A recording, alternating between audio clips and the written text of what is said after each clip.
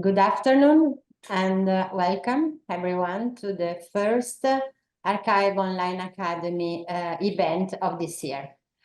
This is also the first moment, the public moment of activation of a large accessibility program that Fondazione Giorgio Cini started last year within a European program in the PNRR. And before leaving the floor to Virginia Marano, who is a scholarship holder within this project of Fondazione Giorgio Cini, I would like to remind to all the students of the university, in particular Ca' Foscari, UAV, and the other university which has an agreement with Fondazione Giorgio Cini for the certification of the training credits. So all the students who wants to have these credits, to have this credit to the university, as very simply to write the name, the surname, the hour of entry and the hour of exit in the chat of this Zoom call, just to remind us that you want to ask the credits. So thank you to all the participants. Thank you also for this translation, and have a good lesson to anyone. Thank you. Virginia, the floor is yours. Thank you, Chiara. Thank you for the nice introduction. So I'm going to share my screen. So let me know if it works.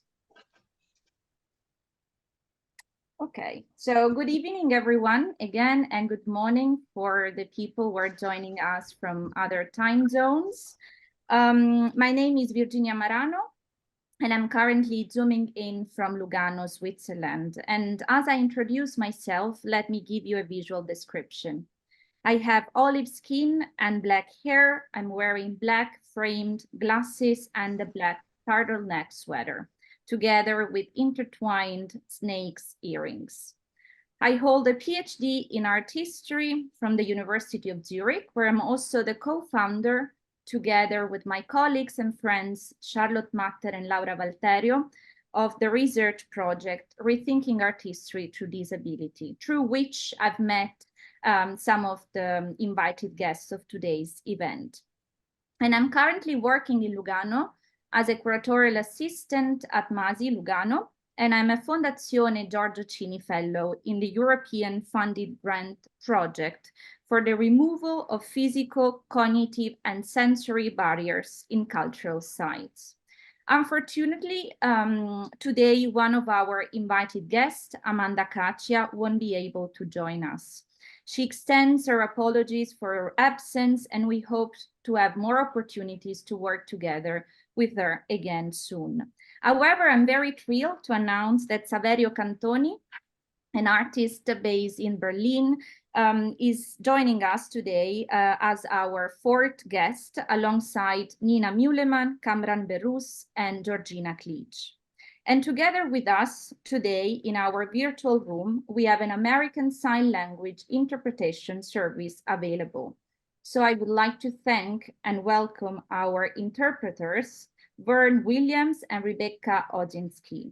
And in light of this, I would like to ask all of you to speak more slowly, ensuring that our interpreters can translate the discussion. So before delving into the core of today's event, titled Creative Access and Digital Innovation, I would like to extend my heartfelt appreciation to all the institutions, platforms, and people who have made this panel discussion possible. And a special thank you goes to the Center Archive, Analysis and Recording of Cultural Heritage in Venice, Fondazione Giorgio Cini in Venice, and particularly Chiara Casarin, whom you just met, the Head of Cultural Development and Communication at Cini, and Irene Bigolin from Archive, who helped all of us through the organization of the event. Their dedication and support have been instrumental in bringing us together for this collective discussion. Moreover, I would like to thank also Francesca Salatin, Julie Pisu, Valeria Bottalico, Costanza Blaskovic, and the entire team involved in the PNRR, which stands in Italian for Piano Nazionale di Ripresa e Resilienza, and the PEBA projects, that stands for Piano Strategico per l'eliminazione delle barriere architettoniche, senso-percettive, culturali e cognitive. The National Recovery and Resilience Plan is an integral part of the European Union's Next Generation EU initiative, which aims to promote recovery and foster a sustainable and accessible future post-COVID-19. I will now introduce you the context of this panel with a broader project that we have been working on in the past few months at the Fondazione Giorgio Cini. And after this short introduction, about 13 to 14 minutes, I will start then to introduce our experts. Each of our invited guests will later be presented individually, and we will conclude at the end with a collective discussion about 30 minutes. This project I've just mentioned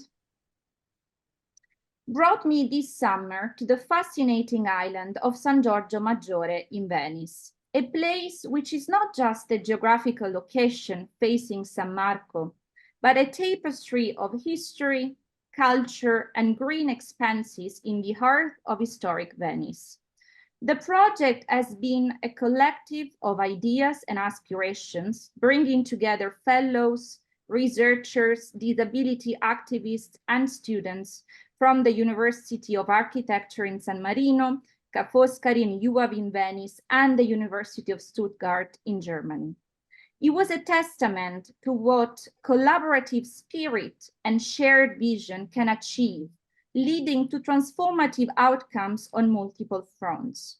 My personal contribution, together with the group I've just mentioned, included working on a textual development of a web app for navigating the island and ideating a tactile booklet of the 10 chapels nestled within its park. This web app lets you discover points of interest on the island through various types of content. It features accessible audio, videos with Italian Sign Language translations, text simplification, and images.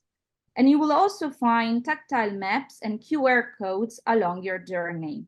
With the geolocation enabled, the app sends you notifications to guide you along the main cultural exhibition sites of the island of San Giorgio Maggiore. For the people who never visited the island, and here is a bird's eye view of the island of San Giorgio Maggiore with the green area of the Vatican chapels delineated in red, it was once a prominent Benedictine monastery, and the island now houses the Giorgio Cini Foundation, a pioneer among Italy's cultural institutions established by Vittorio Cini. The foundation is a custodian of Cini family's historical and artistic legacy, enriched with recent donations. It conducts today cultural activities, supports research centers, and provides accommodations for scholars. The island features one of the greenest areas in the historical center of Venice. It includes the 1950s open-air Green Theater, 10 Vatican chapels, plus the Pavilion Asplund, and a labyrinth dedicated to the Argentinian poet Jorge Luis Borges. One aspect of this project was dedicated to making this park area functionally and sensorially accessible, which involved the creation of a tactile library focusing on the park's botanical elements and a tactile booklet dedicated to the Vatican chapels. And what are these Vatican chapels? In 2018, the Vatican debuted at the Venice Architecture Biennale, an event that was promoted by Cardinal Gianfranco Ravasi and curated by Francesco Dalcò and Micol Forti. Initially, it was intended as a temporary exhibition, but then the project led to the creation of 10 chapels that then were permanent. These chapels served as a creative platforms for architects from various backgrounds, and breaking away from traditional and normative constraints, the design embodied the project spirit of creativity and openness. The chapels, along with the pavilion honoring Erik Gunnar Asplund's Skogskapellet in Stockholm, represented a blend of artistic and architectural innovation, with each structure telling its own story of its relationship with nature and spirituality. And among the contributions, Carla Wakaba and Norman Foster. So on the left side of the slide, there is an image of the chapel designed by the Brazilian architect Wakaba. It's known for its simplicity and consists of just 4 steel rods with mirrored surfaces. These elements come together to form both a cross and a bench. They are slightly elevated on concrete basis, and the structure casts a broad shadow, giving the impression that it's floating above the ground. This design captures the essence of 1960s land art, with its clean horizontal lines and a steel beam pointing upward, creating a cross silhouette against the backdrop of the sky. In contrast, on the right side, there is an image of the chapel designed by the English architect Norman Foster. The structure incorporates trees that taper to the ground and transverse steel elements, symbolizing 3 crosses. The envelope of the chapel is made of slender, large wood slats, closely spaced and slightly movable, filtering the sunlight.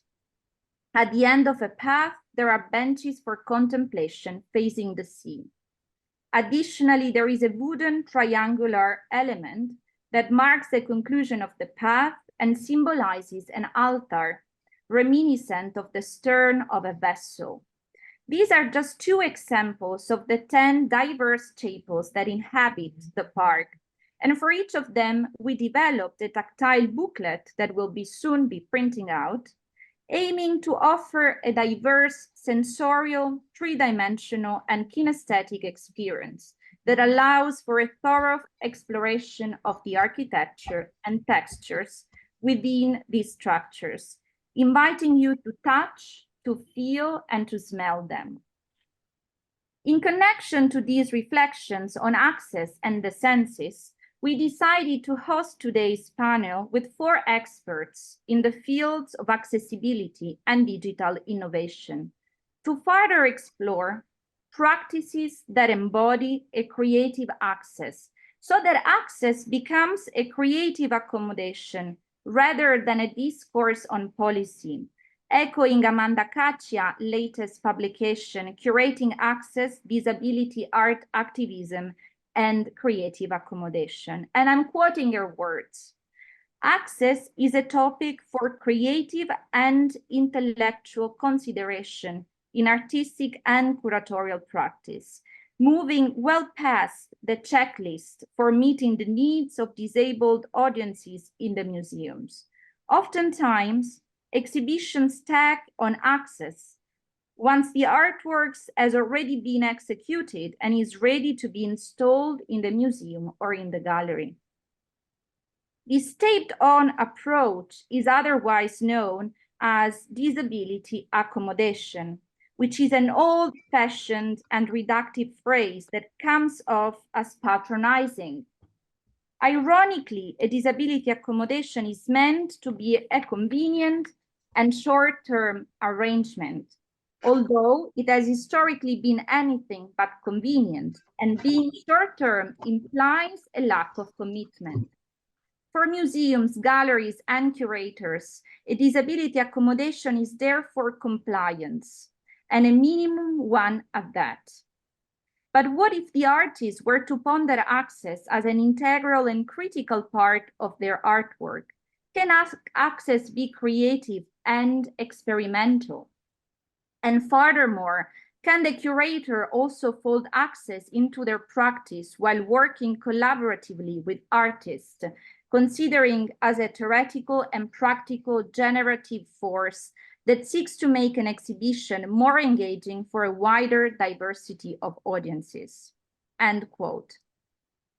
And in this final slide, I've chosen to feature the work of the artist Liza Silvestre we have included in our newsletter, and particularly her caption channel surfing series from 2016. This image is a still from a movie showing a close-up of a white man and a woman wearing summer clothes in a rural setting. They appear excited inside a phone booth. The caption reads, "They are so young and excited and happy." Silvestre uses this series to point out, with a mix of humor and a critical eye, the shortcomings of closed captions. She notes how they can be simplistic, sometimes an afterthought, not always accurate, prone to mistakes, and can cause more confusion than clarity. Silvestre's perspective is that closed captions should not just be seen as a quick fix, but as a space for creativity and critique. She challenges us to think about how we can make movies and TV shows accessible in a deeper way. In her work, she shows that closed captions can be more than just a helpful tool. They can be a place for artistic expression and critical thinking. This approach is evident when Silvestre describes her experience watching TV without subtitles. She relied on things like the setting, how people acted, and trying to read lips. She even humorously notes it's impossible to read cartoon lips, adding her own witty comments, such as "It leads the way, of course." No, perché visto che sta roba dura fino... And it leads the way, of course. A unique take on these shows is entertaining and eye-opening, showing that her interpretation is just as valid as... ok, perché ho visto che questo dura fino a... Silvestre also acknowledges that movies and TV shows are not just entertainment. They reflect and shape societal norms and are common topics in our everyday conversations. However, she points out the feeling of being left out when she says, "I'm left wondering how to make connections when I don't share the same content." So Silvestre's work, in the end, reminds us that while some people might choose not to follow mainstream media, no one should be excluded from it. Our series encourages us to rethink how we create and consume media, advocating for formats that are adaptable, inclusive, and open to different interpretations. And I'm now finally thrilled to introduce our first guest, Dr. Nina Mühlemann, who is an artist and scholar based in Zurich. They are currently working as a postdoc on the SNF-funded research project Aesthetics of the Immobile at the Bern Academy of the Arts, researching immobile practices of disabled artists. In 2020, Nina Mühlemann and Eddie Ramirez founded Kryptonite, a queer theater project that centers on aesthetics of access. They will talk about the impact the COVID-19 pandemic had and has on the practices of disabled artists regarding the digital. They will also highlight how digital practices and an aesthetics of access come together, both in their own artistic work and in the work of international disabled and chronically ill artists they have interviewed, and focus on the importance of the digital in practices that revolve around access and care. Nina, you have the floor.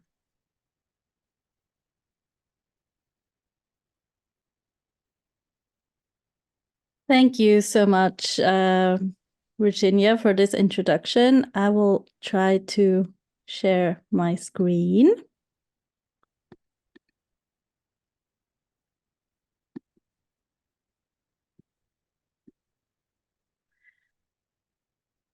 Okay.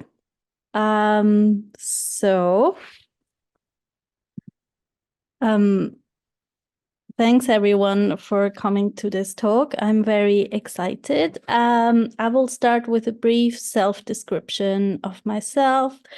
I am a white person who's a wheelchair user. I have a short, round body. I have short brown hair that is kind of very short on one side and a little bit wavy on the other side. I am sitting on my bed. So behind me, there's a bed board. And to make up for this, I'm wearing a very professional looking blue turtleneck jumper, red lipstick, and shimmery gray thundercloud earrings with silver lightning bolts dangling from them. And my pronouns are they, them. So I am here to talk to you both in my role as a researcher and as an artist, and hopefully also a little bit about how those roles come together, even though most of the time I am not quite sure how they come together. And so to start, I will talk about the research project I'm currently working on, aesthetics of the immobile. I will talk about the methodology of this project, some examples, some findings, and then about observations from my own arts practice that link to the themes I already mentioned. So in this research project, Aesthetics of the Immobile, I'm looking at artistic practices by disabled artists, self-identified disabled and chronically ill artists all over the world. This sounds very grand, but it's only 12 artists in total. They are listed on this slide. So there is from the UK, Tanya Earhart and Alexandrina Hemsley. I will talk about Alexandrina's work a little bit. From Germany, Angela Alves. Then from Switzerland, Thea Trojora and Kamran Behrouz, who will be talking after me. Chiara Bersani from Italy, Per Art from Serbia, Eduo from Brazil, Neve Mazik from the USA, Elena Levina from Russia, Unmute Dance Company from South Africa, and Mimi B from Japan. So these are all either artists or groups that I have interviewed for my research project.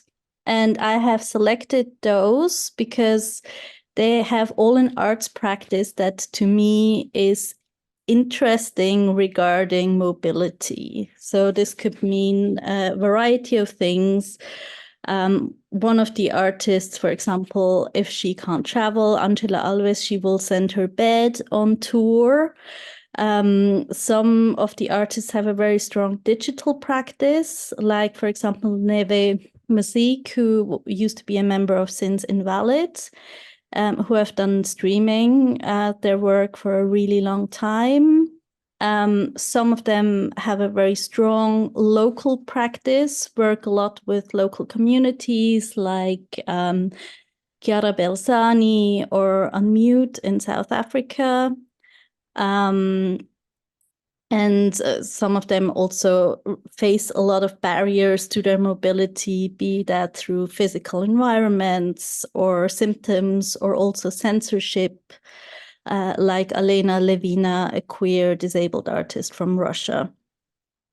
So, and part of this methodology of this research project was also to give each artist different options regarding how they want to be interviewed, depending on their access needs. So these are also listed here. Most of the interviews happened through Zoom, some of them through email, some of them in person.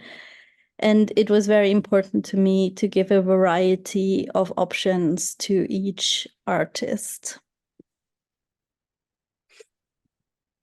And when figuring out what to ask these artists and also looking at their work, which I did in the research project, I went through the following topics as a typology. So embodiment and physicality, as it like what kind of bodies are present, how are audiences' bodies present in the work, do bodies gather together in a physical room or in a digital room? Intimacy and closeness. So how, for example, can also intimacy and closeness maybe be established in digital practices? Digitality was generally a big part of the research. Communities, so what kind of communities are addressed through the work? How is the work supported by theaters or through funding bodies? What role does temporality play, and also crib time? So, for example, do artists work in a specific way because their access needs are the reason for this? And for example, do they work at in a different time than the work is experienced by the audience? Or does it happen simultaneously? The same goes for space. So in what space is the work recorded? Is it happening? And is this also the same space the audience inhabits? Is it a different space? And with that, the question of in what kind of format do these artists work in? So I started off by looking for artists in the performing arts, but as I will talk about later a little bit, is that kind of thinking of formats or genres of arts or types of arts is can get very complex if access needs come into this. And finally, so what role does access play in the work and in the artistic practice of the artists? Do they work with an aesthetics that is based on access? Many of the artists I interviewed do. And I looked a lot about the work of various disabled scholars, and I was very inspired by the Crip Technoscience Manifesto by Amy Hamrai and Kelly Fridge, in which they say, disabled people design our own tools and environments, whether by using experimental knowledge to adapt tools for daily use or by engaging in professional design practices. Crip Technoscience conjures long histories of daily adaptation and tinkering with built environments. Crip knowing making forms the basis of political slogans such as "Nothing about us without us," framing disabled people not just as design experts, but also as epistemic activists whose politicized ways of knowing the material world also situate us to produce the material conditions that allow disability to thrive, in addition to remaking how disability is known and experienced.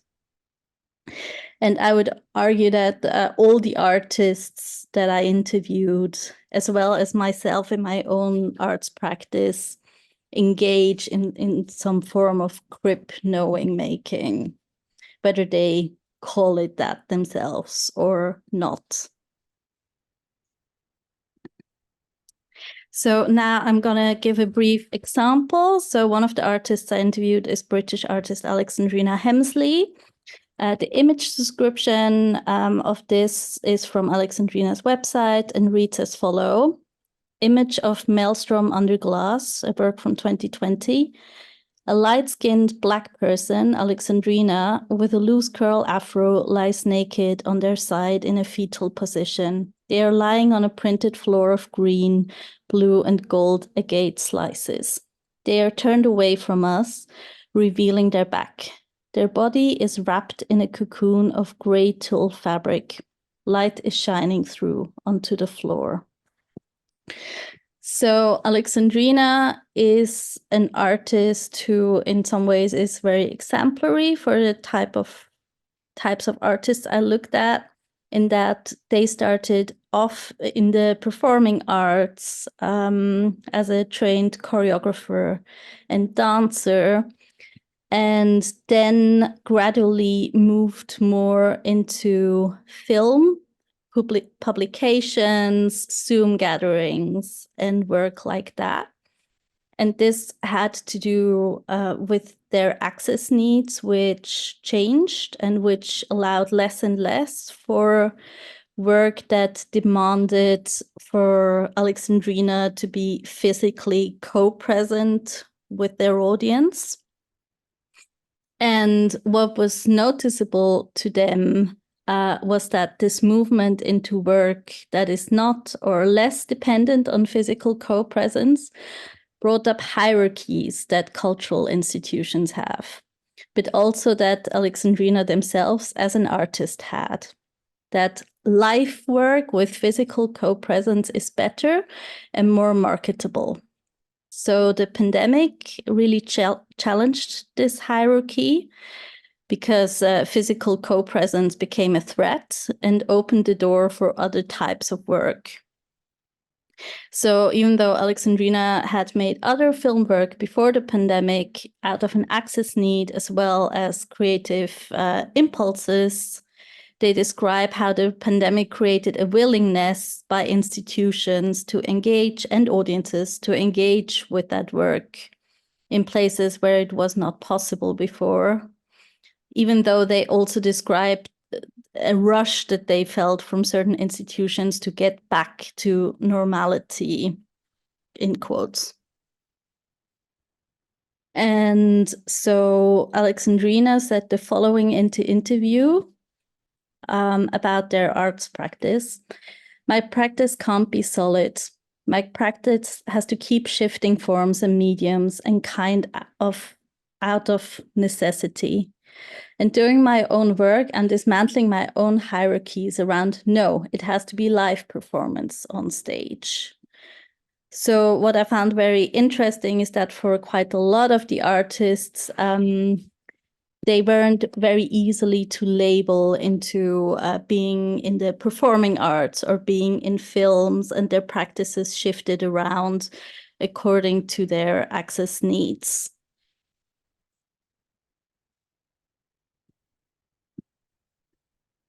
So I will omit one slide and go now to the findings that, that I came up with in this project, which has been going on for 2 years and will still continue for another 2 years.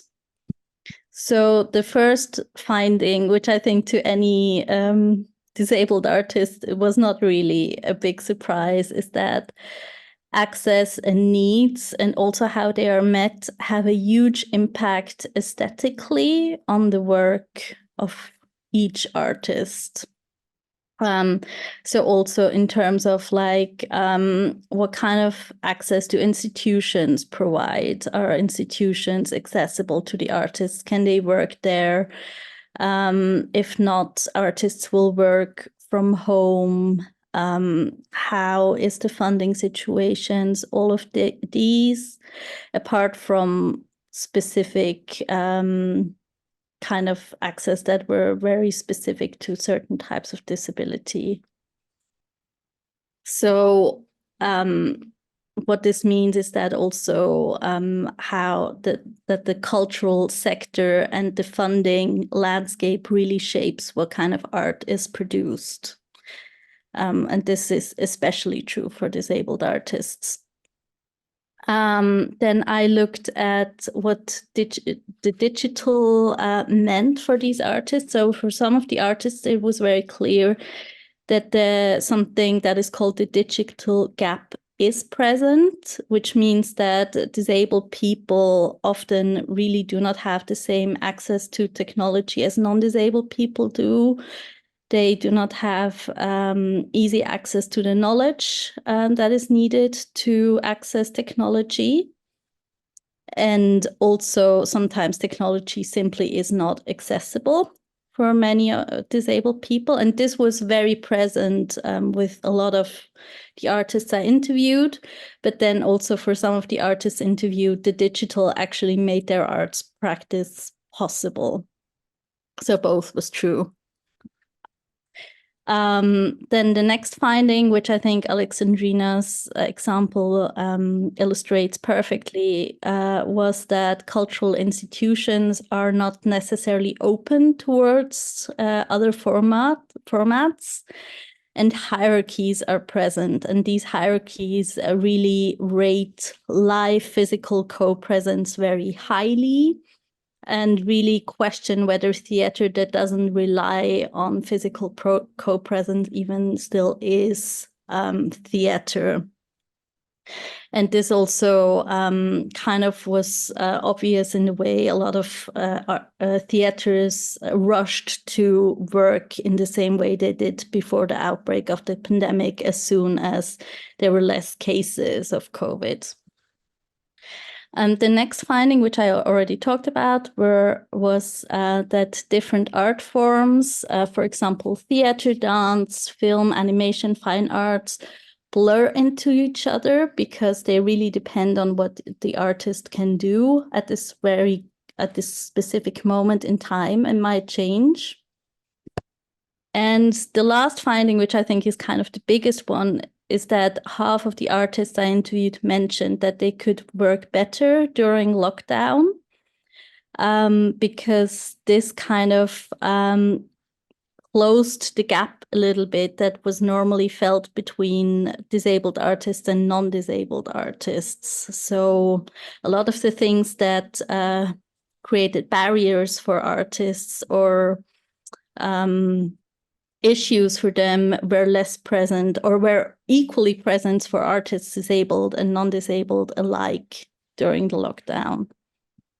And so now I will briefly, a couple of minutes, talk about my own arts practice. So as mentioned, I am part of an arts collective called Kryptonite, together with Edwin Ramirez. We are both shown in this picture on the slide. This is from our show Pleasure from 2022. It shows me dressed in a harness, bra, and leggings. My hair is long there. And Edwin, who is a brown-skinned, skinny person with a muscular body and a bright red afro.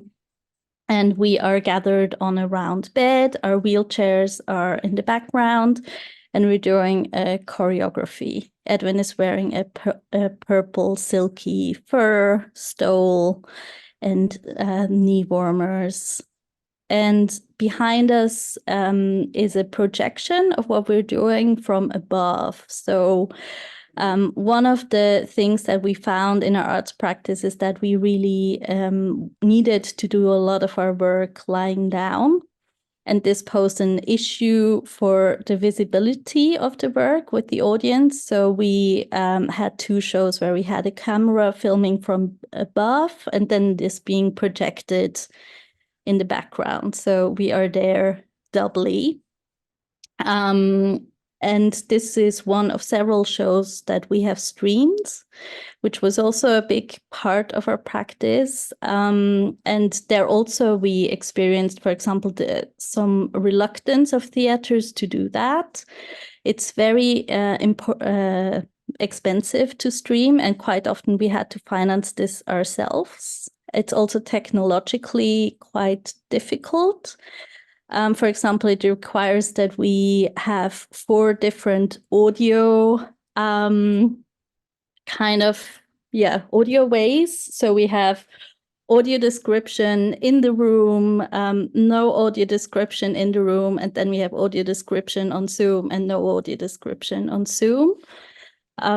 So these, like, there are quite a few things that make it very technologically quite challenging, but we really love doing this. And one thing we found is that with the streaming, that we tend to have more disabled people in the stream proportionally than in the room. And then another image of our last piece, which was called Creature Comforts. And I think Kamran will also talk about this a little bit because they were part of it. There we did not do streaming, but instead in the room, it was an installative piece. and people visited different stations and experienced different things. So in the image, you can see two tent-like structures where people are gathered. In one of the structures, they are watching a video, and it's lit in purple tones. And then there's another one visible that is lit in blue tones.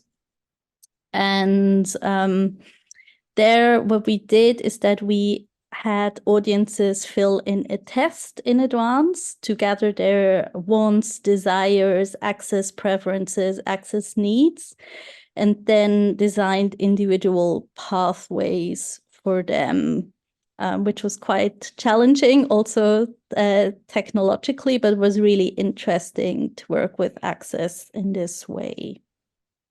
So this is the end of my presentation, and yeah, thanks so much for listening. Thank you, Nina. So now it's Kamran's turn, and I encourage all of you already, if you have thoughts or comments, to put them in the chat, or then just to keep them and we will share them together in the discussion. So Kamran, you can share your screen.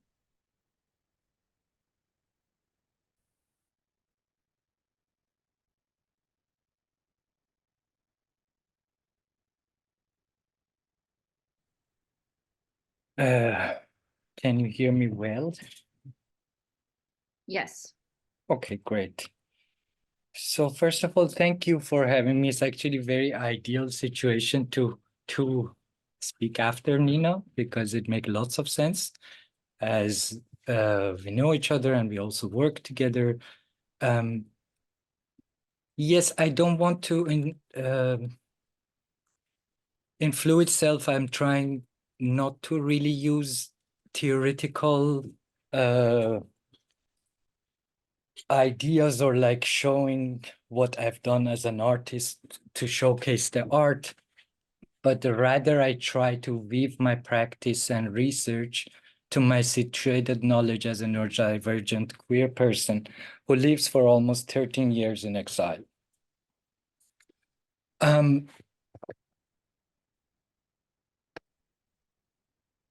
Yeah, it is somehow very comical in a very bitter way to talk about cosmopolitics and human rights with all these things that's happening at the moment.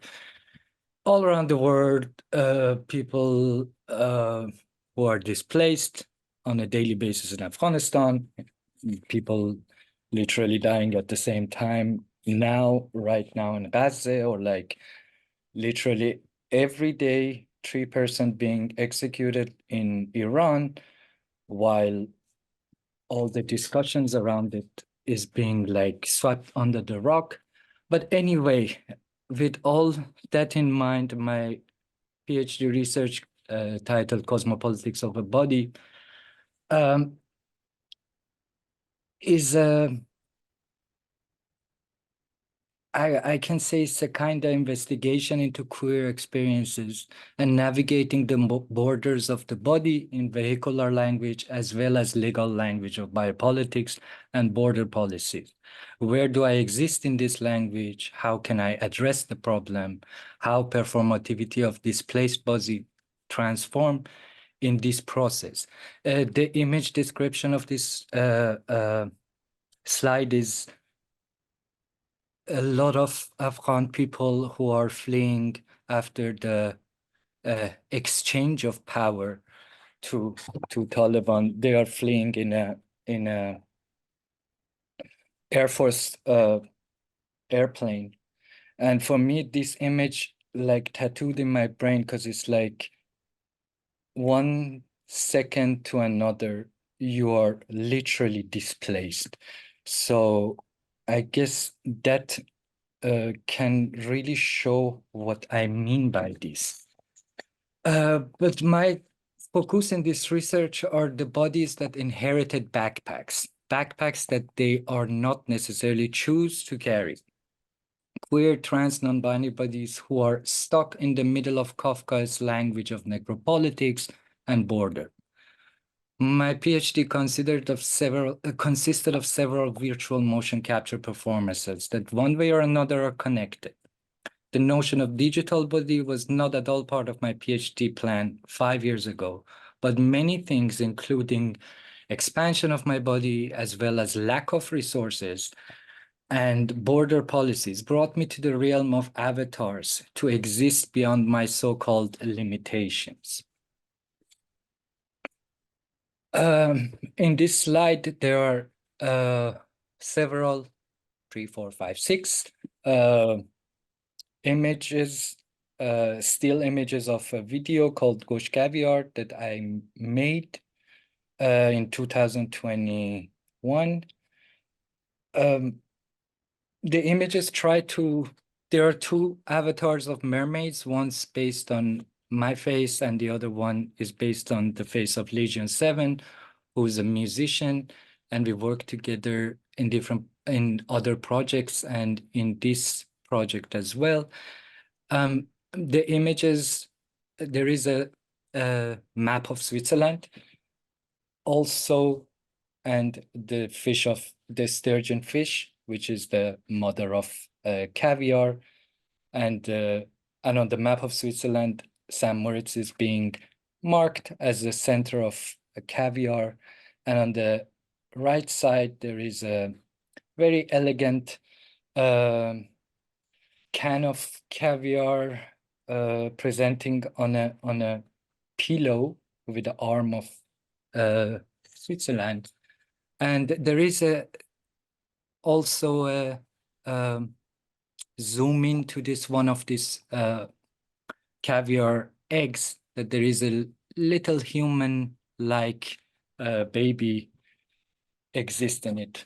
The reason that I'm holding on to this word cosmopolitics, which I know is very jargony, and I know it has very much a loaded background, but it kind of encapsulates all the issues that I'm trying to say, the same way that I show it in this picture. The Kant's, basically Immanuel Kant coined the word cosmopolitan, and it's very interesting because it reflects perfectly on the arrogance of the man of the age of enlightenment.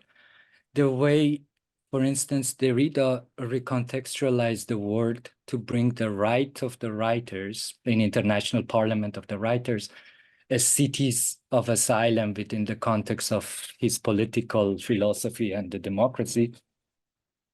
And the way that the word cosmopolitics being reused in neomaterialism by Isabel Stengers to break the hierarchy that inherently part of is embedded in continental philosophy, they are all bringing me to this point to really, really cling to this word to perhaps shed some light, or maybe some unfolding some part of this complexity that I'm trying to, or let's say this complex connectivity through different species to bring it to my work.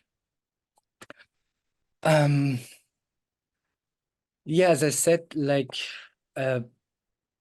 mapping queer, trans, non-binary bodies in diaspora, camp, or exile was a big part of my research. Partially included interviews and conversation that I had with those who are affected by these situations. And basically most of these interviews happened while my PhD was not yet merged into become mainly a virtual practice. As a queer non-binary person born in Tehran, I am very familiar with the state of exhaustion. In fact, it is not a surprise that mapping the concept of home and belonging became the main focus in my artistic practice and research. To grow up as a queer or trans person in a city like Tehran is to be born with defined borders between the private and public, one quickly learns that tightroping carefully between the borders of the private and public not only prevent lethal legal circumstances, but also bring possibilities of forming micropolitics that eventually affect those borders over time. Growing up as a queer, non-binary, gender non-conforming, or trans person in Iran signifies carrying a distorted birth certificate. It's not just a name or assigned gender that is wrong, but also a broader categories such as religion, home country, gendered expectations, the political nationality, and so on. It's as if a heavy backpack full of these misaligned identities is assigned to a newborn who may never identify with any of this content as they grow up. One of the findings for me was the word gaming, which was very, very, very, very mind-blowing for me when I just find the connection. Because for doing 3D art and virtual performances and using coding, usually we are referred to game theories and game design theories and the word gaming, of course. But what I found, this word parallel in both my digital practice and also in the context of deterritoriated bodies. Some of us drag our backpacks into new places where others engage the game, burning their backpacks after boarding a boat to cross the border. Unfortunately, some of us break under the weight of these backpacks. The game in the context of immigration, or let's say asylum, according to the individual testimonies of people who engage in a game on Oxfam, the people who are moving through the Balkans with cynical humor call their effort to continue their dangerous journey the game, a crucial game, a cruel game, where safety and protection are replaced with violence and intimidation. As they attempt to move to a place of safety, people are forced to take enormous risks and suffer abuse at the hands of people's smugglers and many other authoritarian issues that they have to, or groups that they have to face. I am one of the lucky ones who actually was able to shoulder my backpack and fit into the humiliating box of migration and exile. To going through all these testimonies meant to question my own I as a researcher in this work. And of course, this I have to deal with institution as well. So one of my first avatars that before COVID I started to develop called Breeze. It was literally most of my works actually like start with a form of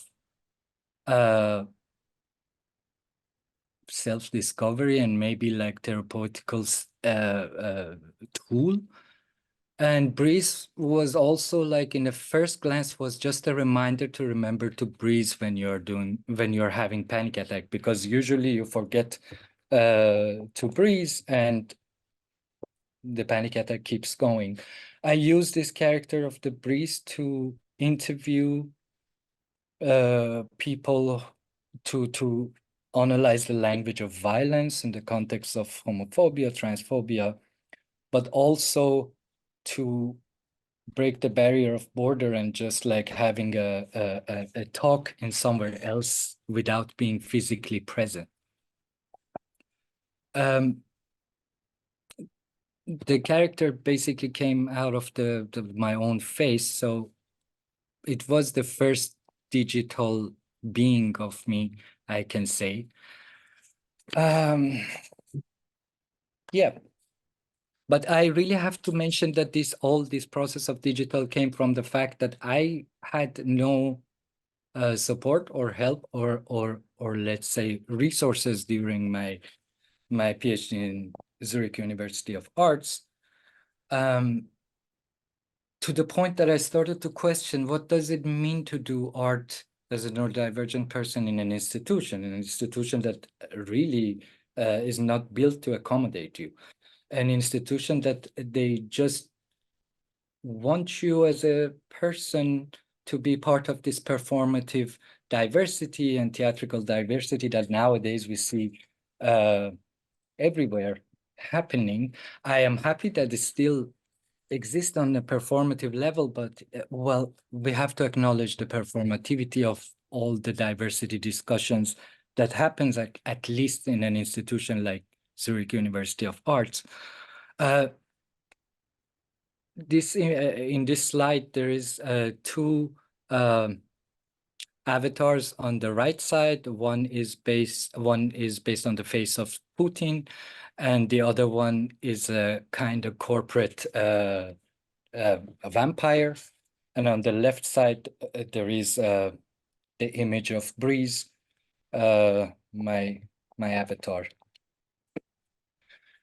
Yes. So as I said, working in this condition and being part of an institution when there is actually no place for you in the institution, of course, makes you exhausted. And I am very familiar with exhaustion. And the problem is that exhaustion and tiredness are not the same. Tired does only exhaust realization, as Deleuze said, while the exhausted exhaust all of the possibles. The tired can no longer realize, but the exhausted can no longer possibilitate. And first of all, I have to mention that why I really like to have Deleuze in this setting, even though that I'm very critical about continental philosophy and the way that it moves, because I think Deleuze and Guattari, both of them, were perhaps those who had this language of neurodivergent language of philosophy, which has been misused, misread, and misinterpreted for many years. But what I learned from their philosophy is to depathologizing what was pathologized during the whole history of psychiatry and, of course, psychoanalysis.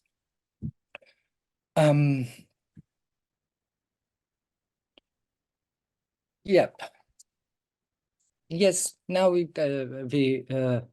encounter this beautiful book. This is one of the important references in my research, called Plankton Dreams, written by Tito, and is one of the very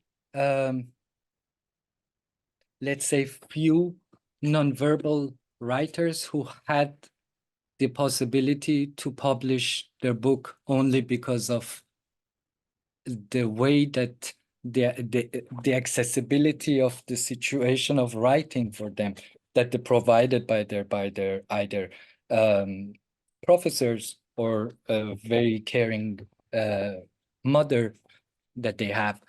When I read this book the first time, I was like screaming, because I never really I've never read something like that. I was like almost crying and laughing.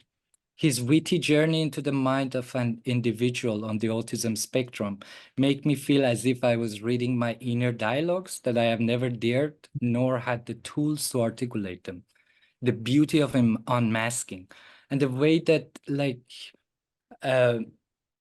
he talks about the way that he dealt with the very ableist special education. He mentions, I created my own learning goals, which in turn created some very interesting situations. I analyzed the responses of people to those situations, what I call my social experiments. I became an empiricist. Why shouldn't the autist study the neurotypical? Why shouldn't he make productive use of his time by becoming scientist, philosopher? I was able to master my boredom. Well, like Tito, I also created, inspired by Tito, I created my learning goals and took the notion of the alignment of practice and theory quite literally. I brought every part of my situated knowledge into my analysis. After all, cosmopolitics of the body relied on the experimental analysis of how power structure works and how they affect queer bodies. At some point, my own body and my toxic environment became the subject of my investigation.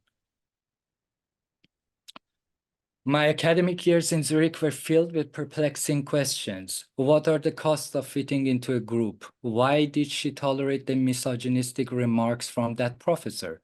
How does a white sociologist by training fail to realize the problem with referring to the only Black person in a group as tanned? What makes a group of intellectual adults submit to the boredom of a hierarchical and hostile composition while quoting Hannah Arendt or Donna Haraway? How does one manage to perform fake politeness and offer perfectly expected responses that others deem appropriate?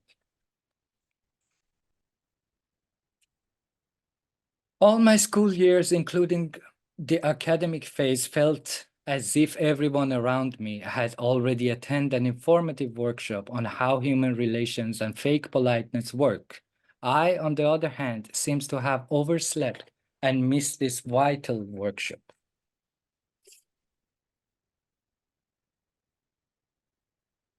Much like Tito, I took every response back to my research lab for further analysis.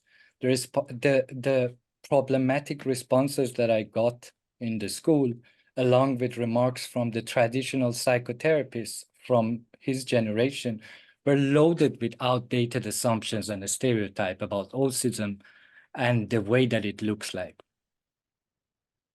So suddenly COVID happened, and even though that it was a very problematic time, but suddenly changed everything for me, because I could just, before that, Breeze was like an avatar who's supposed to just like play as me while I'm incapable of like physically being present. But suddenly COVID gave me this opportunity just exist and do what I always wanted to do. Or maybe back to the core of autism. The study of autism spectrum disorder has been a long journey and always being questioned in different periods of time. It began with the Swiss psychiatrist Eugen Bleuler in 1911. He did not consider autism as a form of communication issue, but rather define it as a morbid self-absorption, describing it as a symptom of schizophrenia. It wasn't until 1940 that autism began to be used in the way we understand today. The term continued to be used by Dr. Hans Asperger, who distinguished so-called functioning autists from others in concentration camp, a classification that tragically resulted in many being sent to Nazi death chambers. This is now known as Asperger syndromes, and an outdated term. We no longer use it. But in Switzerland, the 11th version of the International Classification of Disease intends to remove the Asperger, but so far in Switzerland, we still use the words Asperger, which I think is more or less related to complex issues due to insurance policies and commodification of health. In this video, there is in this slide, there is a... Kamran, sorry to interrupt. No, I just wanted to tell you that we're running a bit out of time. Oh, so sure. Wrap it in. And then, yes. then Nina need to leave at 6:30, but then maybe we can save 5 minutes. Yes. Longer. Then if we have questions, we will go back to them at the end. Thank you. Yes, sure. Yes, I just wanted to finish with my final slide. That was actually a good ending. This is the work that afterwards I collaborated with Kryptonite, with Nina, where all of us not only became part of this gigantic being as a map of the autism, but I also tried to apply the way that Tito gives speeches and writing with people instead of having eye contact with them, and incorporated into my station in Creature Comforts in collaboration with Kryptonite. And yes, I guess I end here. I just end with the way that Tito, to showing you the way that Tito talking with public and actually answering the questions. Thank you. Sorry for Thank you, Kamran. No, lots of it was information. a wonderful presentation, and having you and Nina together, I think is just, it's really fantastic. So I'm sure there will be many questions for you. So now we have Saverio, and I will be now very short with the bio, but his biography was not in the newsletter, so I will present you very briefly. Saverio Cantoni is a white passing cyborg disabled oral deaf artist based in Berlin. And situating their practice in the sonic space, Saverio is working through the lenses of crypt theory, queer theory, and disobedient archives. Now I give you the floor and you can share your screen. Hello, everyone. Thank you so much, Virginia, for the invitation and for hosting the space. I want to say thank you also, Georgina, Kamran, and Nina for sharing this space. I'm gonna share the screen now, and I want to introduce you to a collaborative project that I've been working on the past year. And it's a radio podcast series that we presented on Refuge Worldwide, which is community-based radio in Neukölln, Berlin. And this project I co-hosted with Dana, which is a deaf sign language user. And it's a production that we did together with Gabi, George, Grammy, Leona, Oscar, and Richard. I'm gonna post their name in the chat. So this project started because we were asking ourselves how the radio would have been if some space would have been handed out to deaf community. Instead, approaching the idea of creating accessibility to existing format, we experimented for each episode different technical solution, a lot of improvisation, and we always try to connect our host access need with the guest artists that we were inviting time by time. This is the website from the radio. There is always, I will try to navigate a bit through it. I hope it's not too confusing. If it is, please interrupt me. And my intention is to share with you some element in the making of the project, and I hope you will have time to enjoy Refuge Worldwide Archive, which is really fantastic. So if you type here in the search button, mixed feeling, which is the title of the podcast series, and press enter, you will find all the episode and the guest artist and their biography. What we have been doing is to invite artists that participate in creeping art world. So they have practice that are connected with sound for whatever it can encompass. and represent their practice and negotiate with them the way that we were creating accessibility into the radio. This is, for example, an episode that Dana hosted together with Emin, and it's an episode in International Sign. You can see here the video popping up, and the video comes with the closed caption. At the moment, I'm a bit battling with the many windows. I'm using also automatic subtitle, so my screen is getting a bit chaotic.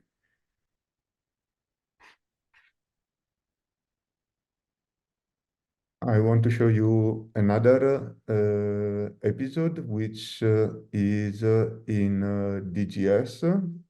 One of the very important aspects of our project is that we approached the idea of interpretation, thinking of having a multi-language broadcast. So some episodes are in International Sign with English subtitle. This episode that I hosted with deaf artist Rita Mazza is in DGS, which is German Sign Language, and has a subtitle in English and a transcript available. This episode already went live, but we are still working on the project, and we will probably implement different language transcription to meet different needs out of our community. As you can see, this specific episode has a different framing. Like now, the sign language interpreter is working directly on English text, written English text introduction that I provided. And there are different way of editing and assembling the episode, because the way we built it was different. While Dan and Demin were communicating directly in sign language, and they use two-camera setup and filmed themselves. Here I was working with interpreter, so we have a clear camera cut that switch. We can scroll through between my spoken English contribution and the interpreter, and Rita's contribution, which is direct in sign language with subtitle. I will not get into the detail of the artist's work and their biography, but I really invite you to explore the resources that are available on the website.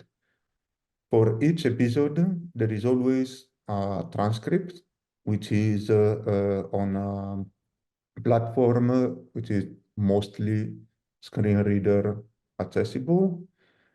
We did not speculate much ourselves which episode needed a transcript and which one did not, because we acknowledge, like I strongly believe that accessibility is an ongoing speculative practice, and it's only about offering possibility, and then the user is free to pick whatever context may respond better to their needs. This is a completely different space because it's an episode that I hosted with Joanna Hedva, and we produced it in spoken English. So it's actually an episode to be listened to or to read through. In this sequence that I want to share with you, a specific amount of work was put on the transcript because it was extremely interesting for us not to only transcribe the word, the spoken English that we were using, but because there are musical intervention, think how to render this heavily hearing dominant space into a readable format. So in the case of Joanna, whenever it's their music, we kept the lyrics from the song. And this is one of the initial episodes that we developed. So here it's still a very, I would say, traditional transcribing way, because the flavor of the conversation took over most of the space. So it's mainly spoken exchange. In the case of Jerome Ellis, Jerome is a Black artist living in the US, a musician, and Jerome worked a lot on challenging the idea of disabled speech. So Jerome has put already a lot of work in representing in visual mean their own work. So as you can see in this transcript, Jerome represented their own stutter with a sequence of consonant and vocals that are part of the official lyrics and partiture of Jerome's work. And we try to keep these in the transcript. Of course, this creates a lot of issue using automatic screen caption system. So it may seem contradictory, but it's also a way that was important for us to acknowledge Jerome's own work. I would jump now to this episode with Leroy Moore, which is one of the founder of Since Invalid movement and the founder of Krip-Hop Nation. And here there are different tension in the way we rendered the transcript, because not only Leroy is giving a very generous speech and conversation discussing the appropriation of disability justice movement operated in an academic context, but also contributed with a rich soundtrack that has been rendered both in lyrics, and in this case, the hip hop is a genre that uses a lot of spoken words. So it was the most consequential way that we choose to render in transcripts.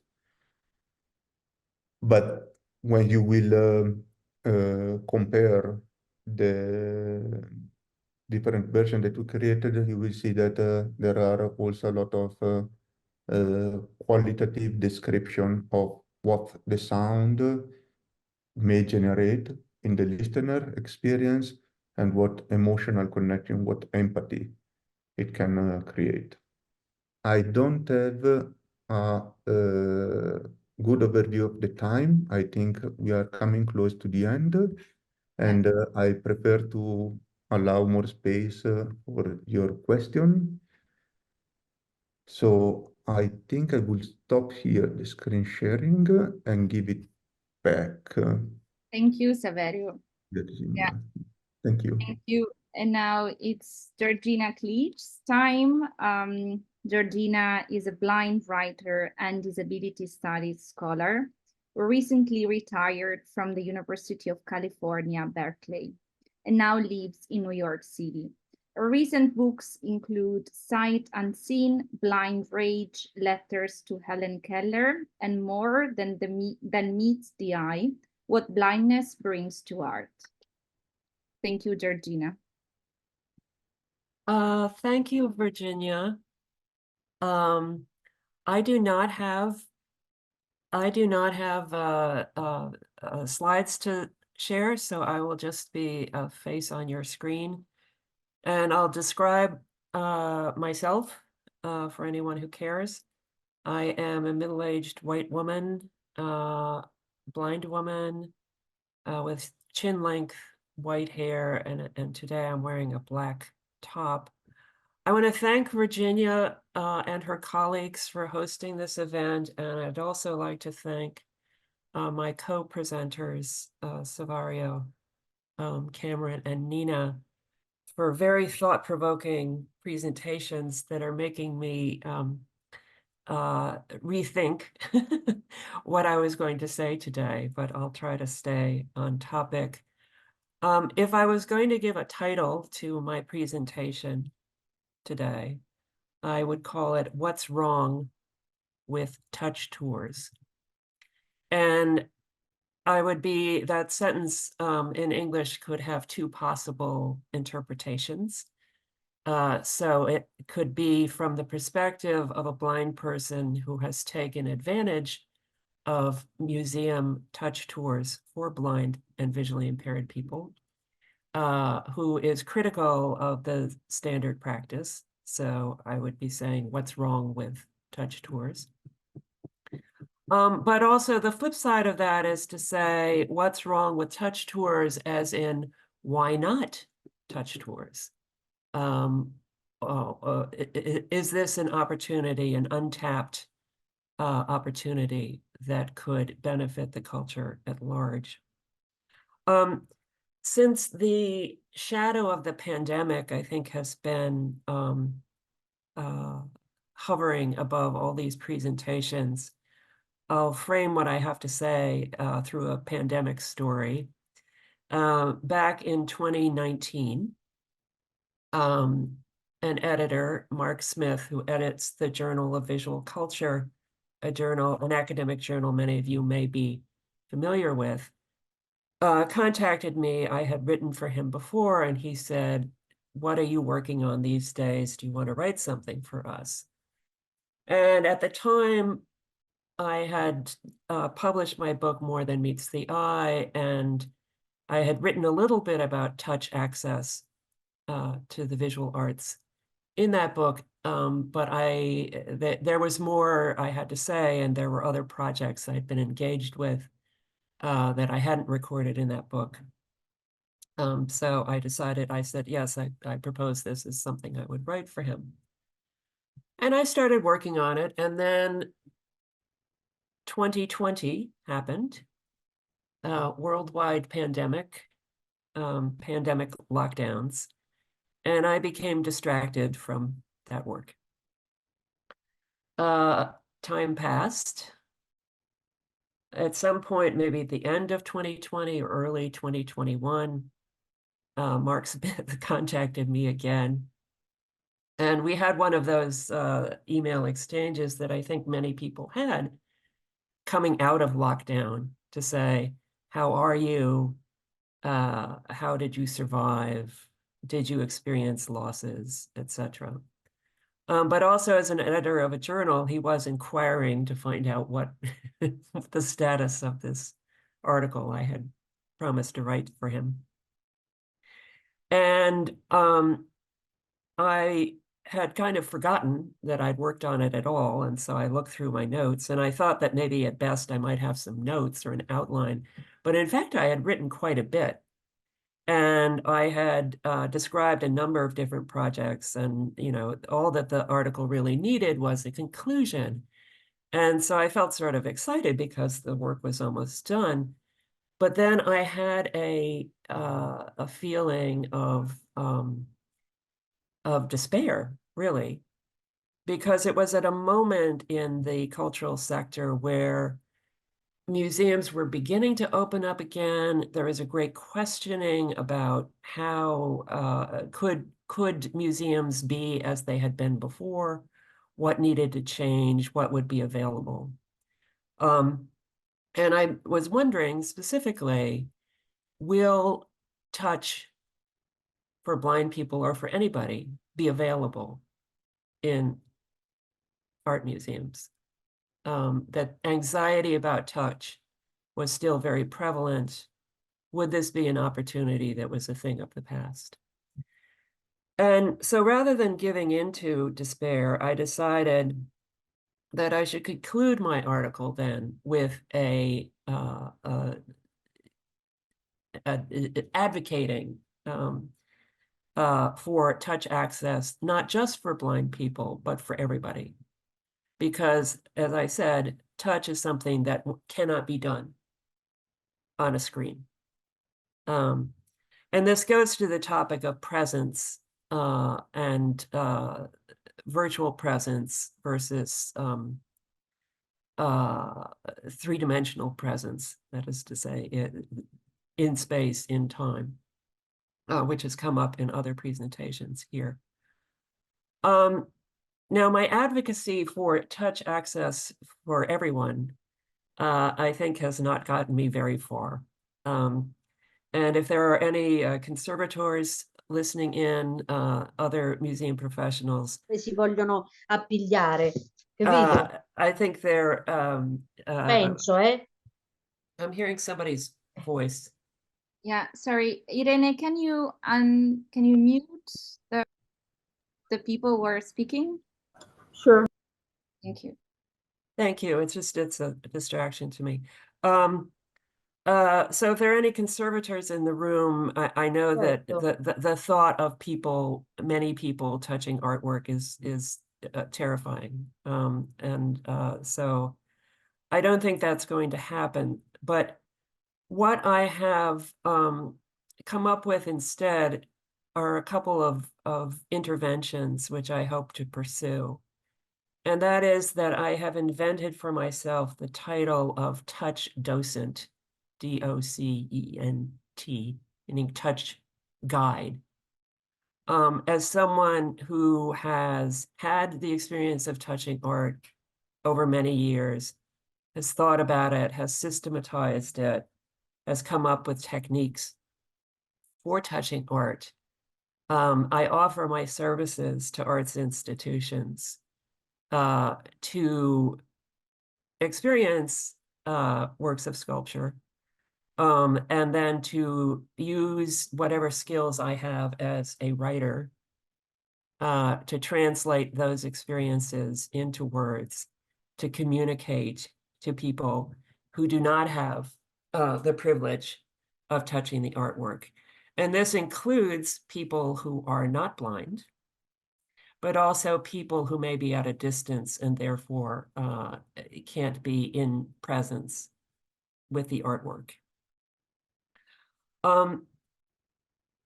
What's wrong with standard touch tours?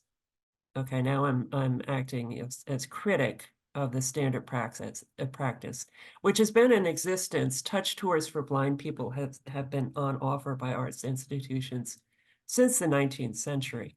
That there was an understanding that this could be a valuable educational experience for blind people, educating blind people in visual culture and in visual cultural values. What's wrong with the standard touch tour is that it seems to be premised on a kind of naive notion that equates the two eyes of sighted people with the two hands of blind people. And the idea seems to be that if you allow a blind person to touch the work of art, it will instantly transform into a mental image.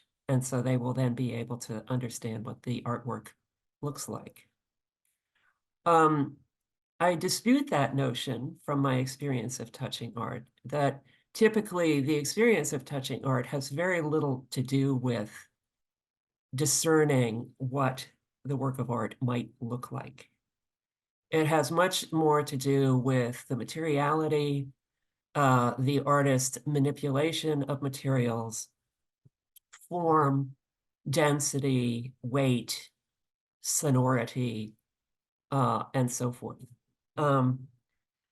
So that's one basic critique of touch tours as they're standard, as they're typically offered. The other problem with touch tours is about temporality.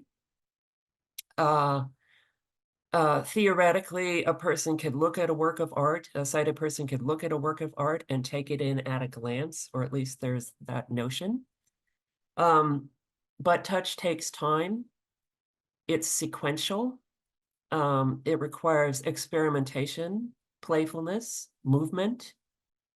So it takes more time than simply looking at the work of art and moving on. I see this as a virtue rather than a detriment, that why shouldn't a visitor to a museum take time and care in experiencing the artwork.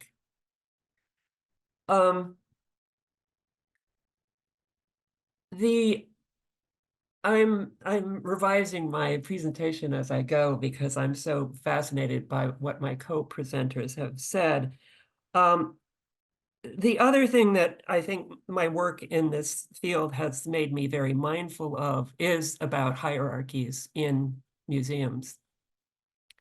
I offer myself as a touch docent, but I think there are staff people in museums who have much to contribute to conversations about touch access. Those include curators and conservators in particular, who often handle works of art. But in addition to those people, there are art installers, the people who move the artwork around the museum and install it in its locations. There are also the people who clean the artwork, so custodians. There are also the gallery guides, people who observe the artwork and people interacting with it.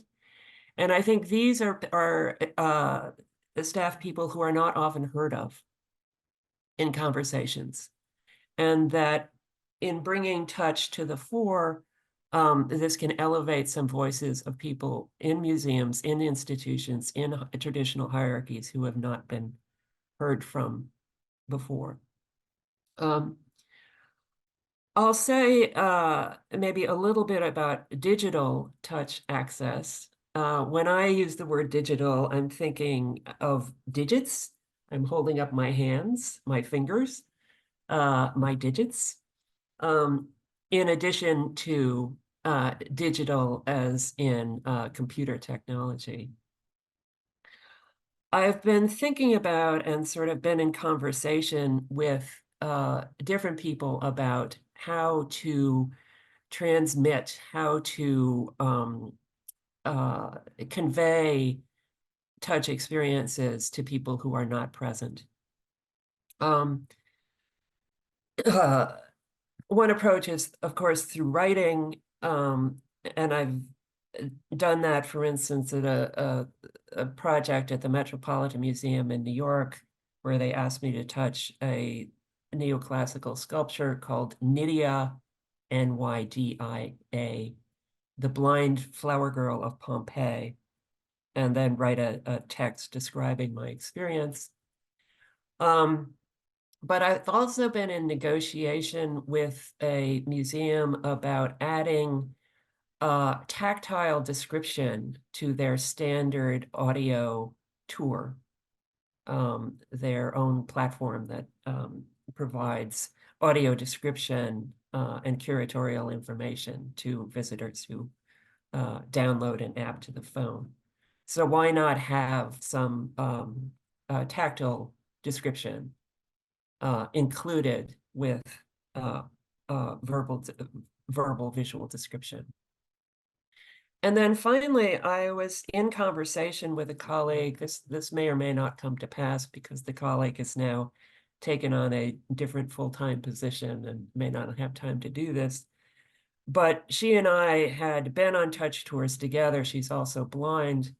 And we considered, what if we did a podcast where we could have conversation around touch experiences and then broadcast that to people who don't have that experience, and that those audio conversations could appear in transcripts. There might be also a video element included with that. So thinking about ways that ideas about touch can be transmitted, shared, broadcast, brought out into the world as a way of enhancing and enlarging our understanding of art in general. I'll conclude there because I know we want to leave a lot of time for conversation. So thank you very much, and I'm eager to converse and to answer anybody's questions. Thank you, Georgina. That was really the perfect end to have, like, to put there some questions and some critical points. So we finally, and I thank all of you for these very wonderful presentations. So now we have some time for the discussion. And I encourage all of you in the virtual room and also the contributors to ask questions to each other. So I will start by asking you. You can also write in the chat or raise your hand. Virginia, can I just make one comment I forgot to make? Yes, absolutely. This is Georgina speaking again. I wanted to applaud you for your project there in Venice. It makes me immediately want to get on an airplane and go there. But I think what your app has provided is including visual description, navigation, tactile information, all in one package, one experience. I think this is exactly what's needed. And I'm so excited by the project, and I hope I get to experience it at some point. Thank you. Thank you, Georgina, and you are, of course, so welcome to visit the foundation.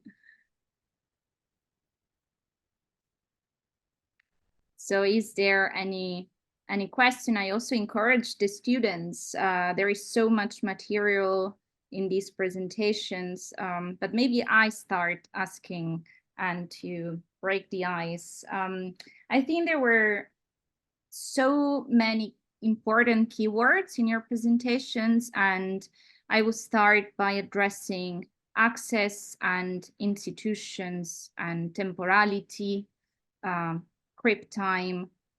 So for me, it's very interesting as an art historian, but also as a curator, to reflect on institutional access and what it means to really think about access as a critical discourse. So I think it's a question for all of us, and we've been already going into this topic, but maybe to be also more specific, because I was very interested when you also, Nina, talked about the cost of accessibility. So in terms of like concrete terms, what does it mean to be accessible? And are institutions ready to be accessible? And how are you facing these challenges, like collaborating and at the same time challenging institutions? And they can be museums, but they also can be universities. And so access in exhibition, but also access in terms of like teaching.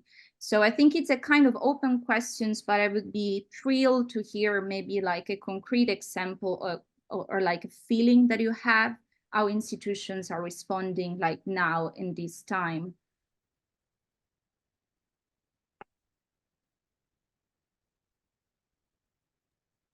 I mean, this is Nina speaking, so maybe I can start and then somebody else can continue.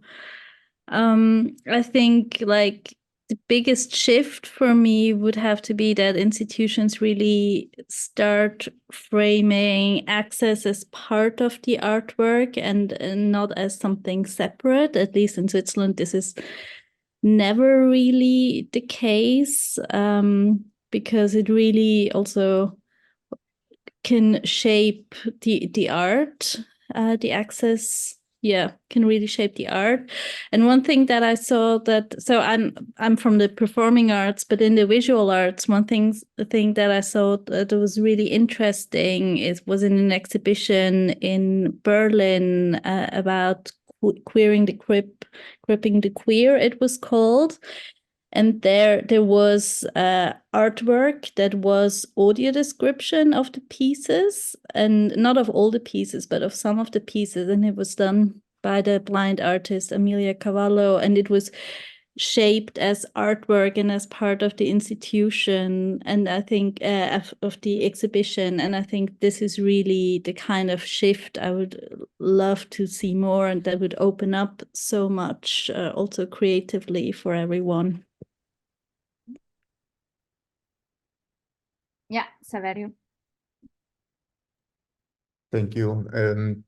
I think I can say something on the financial situation of the project.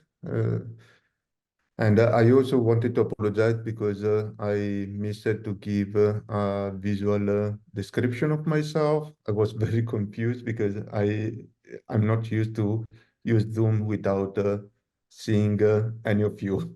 So I will post a visual description in the chat for those who may be interested in. So Mixed Feeling is a project that has been possible through public funding. It got a funding on the roundabout 19,000 euro through an open call. The reality is that the open call was extremely accessible and was offering a separate access budget next to the project, which is a great thing. But then it was also crafted in a way that was assuming normal project to be developed, adding accessibility. So in the end, we were completely unable to pitch this project accessing the extra money for from the access budget, because for us was impossible to communicate which layer would have been supported from the access budget and which one was belonging to a project. So I'm trying to make it clear. It's not so easy, but the full overlap of this aspect oblige ourselves to apply on a regular budget. So we ended up having this offer of an access budget that we didn't know how to ask in the form offered by the open call. I really wanted to share this example because usually even institutions that put a lot of effort in creating access cannot encompass all the nuances that are required with making access possible. And this is not a specific failure. I don't want to say it because the institution is wrong. I think the system is structurally much more complex than that. And in the end, we got funding to make the project.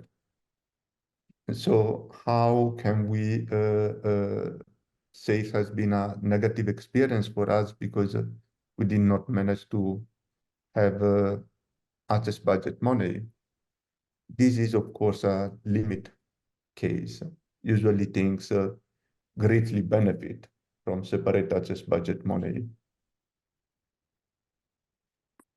Thank you, Saverio. I encourage once again the people in the room to ask some questions. There were a lot of provocations, so I'm sure maybe people are a bit shy. But then otherwise, I would just ask more questions myself.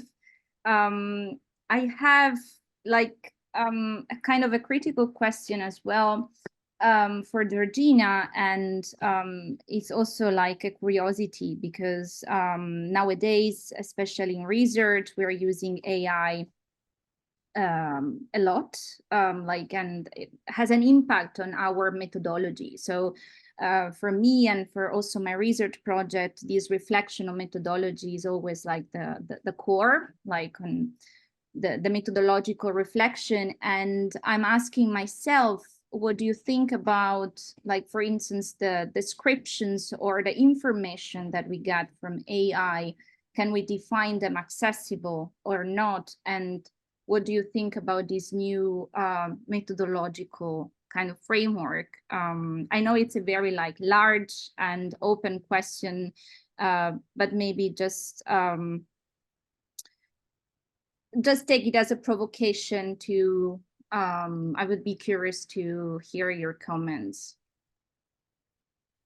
Thank you, Virginia. This is Georgina. I'll say a few words about AI. Obviously it's here and it exists. There's AI, you know, I encounter AI description on my phone every day. Every time there's an image, there's a description. And in some ways, I think over the time that there's been AI description, it has become more detailed. I don't know that it's necessarily better. I find it often very funny, mainly because I think it's making mistakes or it's making assumptions. Some of the AI programs have this practice of beginning a description with appears to be or seems to be. So the AI is hedging its bets, saying, you know, it appears to be a man wearing a hat. And then the subtext is it might be a mushroom, you know. So it's kind of encouraging me to say, well, it might be this, but it might be something else, which in the end negates any kind of information that I might be getting from it. I see the possibility, the potential of AI as a starting point. That is to say, if somebody's completely uncertain how to describe something, a complex image, AI might be the way to begin. But I don't think it's yet at a state where it can in any way replace description by an actual human being. So it might be an occasion of dialogue, to have a human being in conversation with the AI. If the AI makes a statement about an image and then the human person can correct that or offer a different interpretation. I think also it speaks to something that I wasn't really talking about image description in my presentation, but I think there are a number of artists and thinkers who have been challenging standard practices of audio description. And what often comes up is a call for abandoning the singular authoritative description in favor of dialogue, of an accretive process where maybe multiple interpretations are offered. Which might seem to be confusing, but in my experience, often can have a value in kind of making a multifaceted understanding of what's being described. And so I could imagine that AI could be included in that kind of multifaceted, polyvocal description. So it's here to stay. It's in its infancy, but I can see that there's potential, but it is not yet at a point where it's going to replace human beings, I hope. Thank you, Georgina. Can I add a footnote to this? It's Kamran speaking. First of all, thank you for all the beautiful talks that you had, and thank you, Georgina, for the notion of digit and the hand. This is amazing. I never thought about it. Considering all the digital process is actually like with numbers and signs and 0 and 1. But what I wanted to just add to the AI is every process, even the motion capturing the face, or any other technological process, technology is not at all neutral, is always in favor of the developers, and specifically like machine learning is coming from us as humans who are having a very problematic history of racism, sexism, ableism, and all the other issues. So at the end, I think the AI can be a very good like a tool, like many other tools that we have, like PowerPoint that we used in our talk today, but nothing more than that, I guess. Yes. Yeah, and Kamran, thank you for just jumping in, because my next question would have been for you, because I'm very interested in your practice, and also in another aspect of your practice that relates to the practice of translation. So, yes. And I was wondering if you can maybe talk a bit more about it here in the discussion, because I think it's a very interesting and important question. So, especially when we started like working on the intersection between disability theory, disability studies, and art history, we came in touch with the fact that there is not a lot of like literature, not a lot of like books that have been translated from English to other languages. So your work, for instance, on Sarah Ahmed translation from English into Persian language, I think it's a fascinating work and relates to the thematic of access. So I think I would really like to know more about this and how it relates to your work. Well, I use mainly, I guess I came to translation by the topic of untranslatability, is like the moments where we are, it's not even possible or not even correct to translate something, or like even, and there is a history behind that. Why is it like that? And how it reflects on other topics. But I guess like in this particular work to translating Sarah Ahmed, for instance, even though Sarah Ahmed, I translate Sarah Ahmed because the most accessible English, I guess, that she used, and it's amazing the way that very complex subjects becomes like very tangible, but at the same time, yeah, the language, for instance, of the translation to Farsi is not at all an easy subject, but also because of the lack of gender and the lack of, let's say, structure of gender, like in other languages, like English. But also we can consider making Avatar also a form of translation, a translation into code, basically breeds what was at some point. Some of the avatars are like that. And this sometimes this translation work, again, same like AI. Some translations are completely mediocre and not at all like transferring what it should. I don't know if I answer your question.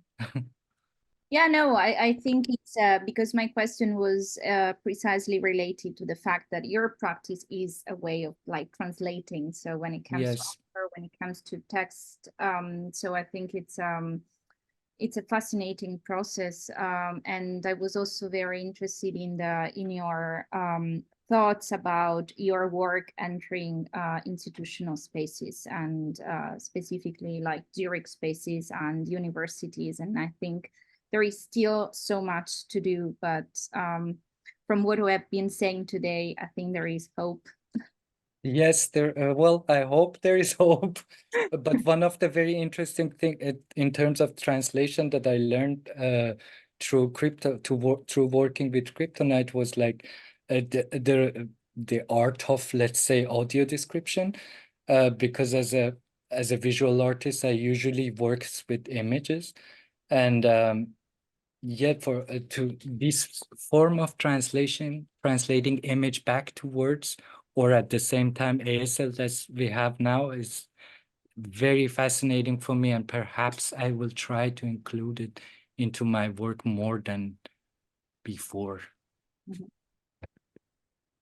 Thank you. Maybe, this is Nina speaking, maybe I can briefly add, because I also think this is very interesting, this notion of translation, and then also considering certain types of access as translation. And I think one of the issues there then that we often assume that there is a hierarchy, that there is like an original and that will be translated, and so the translation is always kind of inferior to the original. And what I thought was so interesting when Kamran and Noah Mundinger, who is a blind artist, and I worked on the audio description of Kamran's video, is that then Kamran kept on going back to the video for the piece and kept changing the video because of the way we understood it, or because of the way that we made the audio description. And so it was really like a translation forth and back, where in the end, like, you couldn't really say kind of what was the original, because it kept on being just kept on evolving and kept on, like, layers were added. And I think this is very interesting when thinking of access as some sort of translation, that it's rarely kind of just going from one place to the other place, but then it kind of has this more cyclical nature, which is so wonderful, amazing. Thank you, Nina. So now it's 6:30 and our interpreters need to leave. I'm just asking one last time if there are like urgent questions from other people in the room. Otherwise, we take it as a goodbye. And I really thank all of you. I've been already collaborating with all of you in the past few years. And I truly hope you will visit Venice and Fondazione Giorgio Cini soon. And I take it as like just one of the moments that will lead to more collaborations in the future. So thank you, Nina, thank you, Georgina, thank you, Kamran, and thank you, Saverio. Thank you. Thank you. Thank you. Thank you. Have a good day. Evening.